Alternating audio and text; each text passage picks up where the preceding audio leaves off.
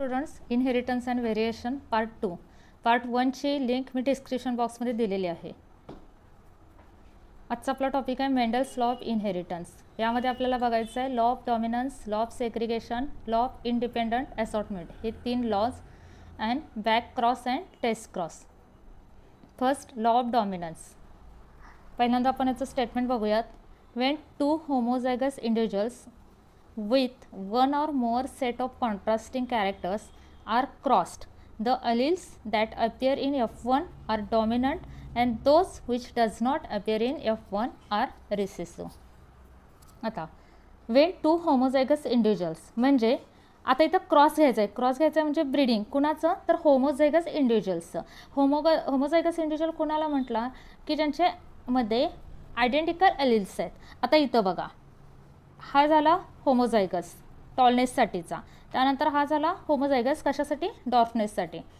तर ह्यांच्यामध्ये आता एकच कॉन्ट्रास्टिंग कॅरेक्टर आहे. म्हणजे इथं 1 कॉन्ट्रास्टिंग कॅरेक्टर असेल किंवा मोर दॅन 1 कॉन्ट्रास्टिंग कॅरेक्टर असणार आहे. इथं आता फक्त एकच आहे. तर जेव्हा इथं क्रॉस घेतला जातो तेव्हा F1 जनरेशनमध्ये, F1 जनरेशन म्हणजेच कोणतं, फर्स्ट फिलियल जनरेशनमध्ये जे कॅरेक्टर म्हणजे ॲपियर होतं आणि त्याच कॅरेक्टरसाठी जो एलिल रिस्पॉन्सिबल असतो तो काय असतो, डॉमिनंट. म्हणजे लक्षात घ्या की 2 होमोझायगस पॅरेंट क्रॉस केल्यानंतर F1 जनरेशनमध्ये जे कॅरेक्टर मिळतं त्यासाठी जो एलिल रिस्पॉन्सिबल असणार आहे तो काय असतो, डॉमिनंट असतो. म्हणजे जो एक्सप्रेस करतो स्वतःला F1 जनरेशनमध्ये तो असणार आहे डॉमिनंट, आणि जो स्वतःला एक्सप्रेस करू शकत नाही किंवा जो ॲपियर होत नाही F1 जनरेशनमध्ये त्याला काय म्हटलं जातं, रेसेसिव्ह. आणि हाच काय असणार आहे, लॉ ऑफ डॉमिनन्स. अगदी इझी वर्डमध्ये काय, तर homozygous individual when crossed and in F1 generation the character which appear is dominant and that is the allele which appear is dominant and the allele which does not appear it is recessive. Okay, तर यामध्ये काय होतं की F1 जनरेशनमध्ये हे जे काही recessive आहे एलिल तो एक्सप्रेस होत नाही किंवा ॲपियर होत नाही, म्हणजे तो काय एलिमिनेट होत नाही. तो फक्त काय होतो नंतर F2 जनरेशनमध्ये परत रिकवर होतो. म्हणजे F1 जनरेशनमध्ये दिसत नाही पण नंतर तो F2 जनरेशनमध्ये both the characters expresses.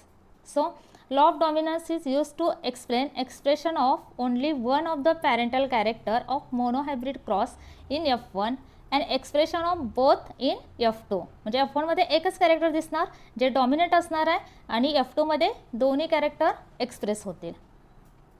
Second is law of segregation. Segregation means separation. When hybrid forms gametes the alleles segregate from each other and enter in different gametes. आता जेव्हा हायब्रिड फॉर्म होतो, हायब्रिड कधी म्हणतो आपण, जेव्हा first filial जनरेशनमध्ये जे आपल्याला रिझल्ट्स मिळतात तर हा कसा असणारा हायब्रिड फॉर्म असतो. आता हे हायब्रिड फॉर्ममध्ये काय होतं, तर ह्यामधले जे काही अलिल्स आहेत ते सेग्रिगेट. आता पुढं बघा, जेव्हा F2 जनरेशन आपल्याला काढायचं असतं तेव्हा काय होतं, तर हेच F1 जनरेशनमध्ये काय केलं जातं, सेल्फिंग केलं जातं. सेल्फिंग ऑफ F1 म्हणजे काय, तर यांच्यामध्येच काय केलं जातं, ब्रीडिंग केलं जातं. आता हा hybrid tall crossed with hybrid tall. आता इथं मात्र काय होतं, जे काही हे गॅमेट्स आहेत they segregate from each other and enter in different gamete. आता इथं बघा इझिली काय झालेले आहेत, हे सेग्रिगेट झालेले आहेत, सेपरेट झालेले आहेत. एक लक्षात घ्या, कारण इथं कुठंही ब्लेंडिंग किंवा मिक्सिंग नाही आहे. हा कॅपिटल टी स्मॉल टी लगेचच काय झाला, तो सेपरेट झाला. कॅपिटल टी वेगळा झाला, स्मॉल टी वेगळा झाला. म्हणजे इथं काय असणार आहे, segregation or separation of gametes. Then these gametes form are pure in that they carry only one allele each. म्हणजे हे जे काही गॅमेट्स आहेत तर ते एक सिंगल एलिल काय करतात, कॅरी करतात. म्हणजे एकतर तो डॉमिनंट असेल किंवा रिसेसिव्ह असेल. आता इथं काय करेल, तो हा डॉमिनंट एलिल कॅरी करतो, इथं काय असेल तर रिसेसिव्ह एलिल कॅरी करतो. म्हणूनच ह्या लॉला law of purity of gametes असं सुद्धा म्हटलं जातं. So here alleles do not show any blending or mixing and both the alleles recovered in F2 generation. एक लक्षात घ्या की इथं कुठेही मिक्सिंग नाही आहे, तर त्यामुळे ते काय होतात, तर F2 जनरेशनमध्ये इझिली सेपरेट होतात एकमेकापासून. सो त्यामुळेच तर F2 जनरेशनमध्ये रिसेसिव्ह कॅरेक्टर काय होतं, रिकवर होतं, परत दिसतं. F1 जनरेशनमध्ये दिसत नाही, पण F2 जनरेशनमध्ये ते काय होतं, दिसतं. सो लॉ ऑफ सेग्रिगेशनमध्ये काय सांगितलं आहे की दिस gametes when the formation of gametes the alleles segregate from each other and enter in different gametes. Third law is law of independent assortment. इथं काय असतं तर when hybrid processing two or more pairs of contrasting factors or alleles form gametes and the factor in each pair segregate independently of the other pair. आता ह्यासाठी काय समजून घेऊयात. आता बघा की जेव्हा more than one contrasting character असेल, ओके, मोर दॅन वन आणि ते मग 2 असतील किंवा मोर कॅरेक्टर असतील, कॉन्ट्रास्टिंग कॅरेक्टर म्हटलं इथं, तर ह्यावेळेस काय होतं तर इथं हे जे काय ॲलिल्स आहेत they segregate independently, okay, independently segregate होतात. म्हणजे काय, आता फॉर एक्झाम्पल बघा, जेव्हा क्रॉस घ्यायचा आहे, आता जिथं 2 कॉन्ट्रास्टिंग कॅरेक्टर असतील, म्हणजे फॉर एक्झाम्पल आपण घेऊयात एक एक्झाम्पल म्हणून की सीड कलर आणि सीड शेपसाठी. आता सीड कलरसाठी काय असणार आहे, वाय, म्हणजे कोणता कलर असेल, येलो, ओके, डॉमिनंट कॅरेक्टर झालं. त्याच्यासोबत अजून एक कॉन्ट्रास्टिंग कॅरेक्टर कुठलं घेतलं जातं, आर, राऊंड शेप, म्हणजे इथं कलर आणि आर कशासाठी असणार आहे, शेपसाठी असणार आहे, म्हणजे सीडचा कलर आणि सीडचा shape, yellow rounded, dominant form झाला. तो क्रॉस कुणाबरोबर असेल की स्मॉल वाय, म्हणजेच कुठला असणार आहे कलर, कुठला असेल, ग्रीन, आणि ह्यासाठी शेपसाठी कुठला असेल तर रिंकल्ड, ओके. आता इथं काय होतं की जेव्हा हा क्रॉस घेतल्यानंतर पुढं काय होईल, जेव्हा हे एलिल जे आहेत ते कुठल्याही दुसऱ्या, म्हणजे आता सीड कलरसाठीचं जे काय एलिल्स आहेत ते कॅपिटल वाय असेल, स्मॉल वाय असेल, तर हे कधीच सीड शेपच्या एलिलवर इन्फ्लुअन्स करत नाहीत, इफेक्ट करत नाहीत. They does not influence other alleles, म्हणजे ह्यातला कुठलाही असेल किंवा सीड शेपचा जो काय एलिल असेल तो सीड कलरच्या एलिलवर इफेक्ट करत नाही. They independently separate from each other during gamete formation and does not affect each other. त्यामुळे ते इनहेरिट होत असताना काय होतं तर they segregate independently and inherit, okay, to next generation. आणि त्यानंतर काय होतं, सेपरेशन झाल्यानंतर काय होतं तर जेव्हा फर्टिलायझेशन होतं, फर्टिलायझेशनच्या वेळी दे रँडमली युनाईट इन फर्टिलायझेशन. मग आता एक लक्षात घ्या की मोनोहायब्रिडमध्ये आपल्याला रिझल्ट्स कसे मिळतात तर F1 जनरेशनमध्ये आपल्याला सरळ साधं काय मिळतं, ऑल टॉल प्लांट्स. F2 जनरेशनमध्ये काय मिळतं आपल्याला, 3 टॉल 1 डॉर्फ, म्हणजे 2च कॉम्बिनेशन मिळतात. इथं असं असत नाही. तर इथं रेशो बघा काय असतो डायहायब्रिडचा, 9:3:3:1, 3:1. म्हणजे जर इथं काय असतं तर हे काही न्यू कॉम्बिनेशन इथं मिळालेत, म्हणजे 9 काय असतील आपला जे कॉम्बिनेशन कुठला येलो राऊंड असतील, 1 हा जो आहे तो कसा असेल, ग्रीन रिंकल्ड असतील. मग हे 3:3 ह्या मधले जे 2 कॅरेक्टर्स आहेत तर ते कुठले असतात, डिफरंट कॉम्बिनेशन. आणि हे डिफरंट कॉम्बिनेशन कशामुळं तर जे ॲलिल सेपरेट झाल्यानंतर ते रँडमली युनाईट इन फर्टिलायझेशन, त्यामुळे त्या काय होतात, परत नवीन कॉम्बिनेशन मिळतात. आणि त्यामुळे रेशो काय होतो, 9:3:3:1.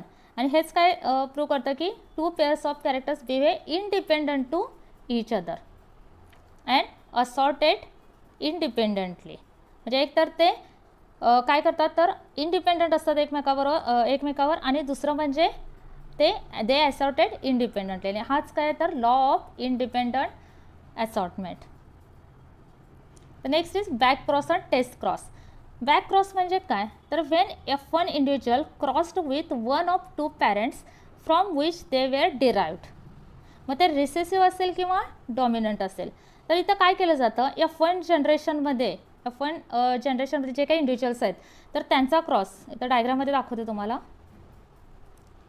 तर इथं काय झालेलं आहे, F1 जनरेशनमध्ये हे जे काही मिळालेलं आहे फर्स्ट फिलियल जनरेशन, ह्याचा क्रॉस आता जनरली कसं होतं की याचा क्रॉस कुठं घेतला जातो, सेल्फिंग केलं जातं, मग F2 जनरेशन डिराईव्ह केलं जातं. इथं बॅक क्रॉसमध्ये असं होत नाही. बॅक क्रॉसमध्ये काय होतं तर हे जे काही F1 जनरेशन आहे it cross with one of the parent, म्हणजे एकतर तो डॉमिनंट पॅरेंट बरोबर क्रॉस घेतला जाईल त्याचा, अदरवाईज रिसेसिव्ह पॅरेंट बरोबर क्रॉस घेतला जाईल. आणि ह्यालाच काय म्हटलं जातं, बॅक क्रॉस, ओके. बघा इथं काय F1 individual crossed with one of the 2 parents then it is known as back cross. मग टेस्ट क्रॉस कसा डिफरंट आहे बॅक क्रॉसपासून, तर व्हेन F1 इंडिव्हिज्युअल क्रॉस, आता F1 इंडिव्हिज्युअलचाच क्रॉस पॅरेंट बरोबर करायचं आहे, पण कोणत्या पॅरेंट बरोबर, होमोझायगस रिसेसिव्ह पॅरेंट. कोणासोबत करायचं आहे, homozygous recessive parent, and it is known as test cross. म्हणजे टेस्ट क्रॉस हा बॅक क्रॉसचाच टाईप आहे, पण इथं काय केलं जातं आहे, तर रिसेसिव्ह पॅरेंट बरोबर त्याचा क्रॉस घेतला जातो. आणि टेस्ट क्रॉस कशासाठी, तर it is use to test whether an individual is homozygous or heterozygous. म्हणजे एखादा अननोन जर इंडिव्हिज्युअल असेल तर तो होमोझायगस और हेट्रोझायगस आहे, तर हे टेस्ट करण्यासाठी काय केला जातो, टेस्ट क्रॉस घेतला जातो. तर याचं एक्झाम्पल बघा, a pea plant having violet flower crossed with pea plant with white flower. आता इथं टेस्ट क्रॉस घ्यायचा आहे. टेस्ट क्रॉस कशासाठी घेतला जातो, तर आपल्याकडं अननोन आहे हा जो काय म्हणजे त्याचा फिनोटाईप आहे, पण जिनोटाईप इथं आपल्याला माहीत नाही आहे काय. म्हणजे फिनोटाईप म्हणजे काय, त्याचा कलर माहीत आहे, पण त्याचं जेनेटिक कॉन्स्टिट्यूशन काय माहीत नाही आहे. तर हे टेस्ट करण्यासाठी काय घेतलं जातं, टेस्ट क्रॉस घेतला जातो. इथं काय केलं आहे, तर पी प्लांट जे काय व्हायलेट पर्पल फ्लावर्स आहेत ते व्हाईट फ्लावर बरोबर क्रॉस केले आणि त्याचा रिझल्ट बघितला काय आला आहे. तर समजा all flowers produce are violet, then plant is pure or homozygous, and if we get violet and white flowers in 1:1, म्हणजे हाफ कसे असणार आहेत, व्हायलेट असणार आहेत, आणि हाफ जर व्हाईट मिळाले तर काय असणार आहे, द प्लांट इज हेट्रोझायगस. डायग्राममध्ये बघूयात. बघा इथं आता समजा हा याचा फिनोटाईप आपल्याला माहीत आहे, कलर समजला आहे, पण जिनोटाईप आपल्याला माहीत नाही. तर काय करणार, तर ह्याचा क्रॉस कुणाबरोबर घेतला, होमोझायगस रिसेसिव्ह पॅरेंट. म्हणजे टेस्ट क्रॉसमध्ये आपण म्हटलं की कुणासोबत क्रॉस घ्यायचा असतो, होमोझायगस रिसेसिव्ह पॅरेंट बरोबर. तर ह्याचे गॅमेट्स होमोझायगस रिसेसिव्ह आहे, म्हणजे ह्याच्या गॅमेट्स काय येणार आहेत, स्मॉल आर स्मॉल आर. आता समजा हा जर डॉमिनंट असेल किंवा प्युअर फॉर्म असेल तर ह्याचे गॅमेट्स कुठले असतील, कॅपिटल आर कॅपिटल आर. त्यामुळं इथं काय होणार आहे, तर formation of all flowers are violet. समजा सगळे फ्लॉवर जर व्हायलेट असतील तर बरोबर आहे की ह्याचा जिनोटाईप काय असणार आहे, capital R, that is it is pure. हे प्रेडिक्शन झालं. म्हणजे ह्या रिझल्टवरून मग आपलं जे प्रेडिक्शन आहे ते राईट आहे की हा काय असणार आहे, प्युअर फॉर्म आहे. समजा ह्याचा क्रॉस घेतल्यानंतर आता आपण एक कन्सिडर केले की बाबा ह्याचे गॅमेट्स कसे असतील, कॅपिटल आर स्मॉल आर. कारण हा हेट्रोझायगस असं कन्सिडर करून आपण क्रॉस केला आणि त्याचे रिझल्ट्स बघितले की स्मॉल आर, इथं परत काय असणार आहे, होमोझायगस रिसेसिव्ह, म्हणजे स्मॉल आर असणार आहे. इथं काय असतील, जर समजा हाफ फ्लॉवर व्हायलेट आले आणि हाफ फ्लॉवर काय आले, व्हाईट आले. हाफ फ्लॉवर व्हायलेट आणि हाफ व्हाईट आहेत, म्हणजे काय असणार आहे, डेफिनेटली हा कसा असेल, हेट्रोझायगस असणार आहे. कारण तिथं कॅपिटल आर आणि स्मॉल आर असणार आहे. कारण एक तिथं आपल्याला काय असेल, तर व्हाईट कलरचे फ्लॉवर्स मिळत आहेत आणि व्हायलेट आणि व्हाईट कलरचे 1:1 या रेशोमध्ये मिळत असतील तर हा काय असणार आहे, ह्याचा जेनेटिक कॉन्स्टिट्यूशन कुठला असणार आहे, capital R small R, that is it is heterozygous. आणि समजा जर सगळे व्हायलेट आले तर इथं काय असणार आहे, त्याचा genotype capital R, that is it is pure plant. So हा असणार आहे टेस्ट क्रॉस. आता test cross also use to introduce useful recessive traits in hybrids of self pollinating plants during rapid crop improvement programs. म्हणजे जे काय crop improvement programs असतात तर त्यांच्यामध्ये काही रिसेसिव्ह ट्रेट इंट्रोड्यूस करण्यासाठी टेस्ट क्रॉसचा काय केला जातो, यूज केला जातो. म्हणजे जे काय क्रॉप इल्ड जर इन्क्रीज करायचं असेल तर तिथं काय केलं जातं, हे टेस्ट क्रॉस यूज केला जातो. सो व्हिडिओ जर आवडला असेल तर लाईक करा, शेअर करा, कॉमेंट करा, सबस्क्राईब करा आणि बेल आयकॉन दाबा, म्हणजे नेक्स्ट व्हिडिओचे नोटिफिकेशन तुम्हाला मिळतील.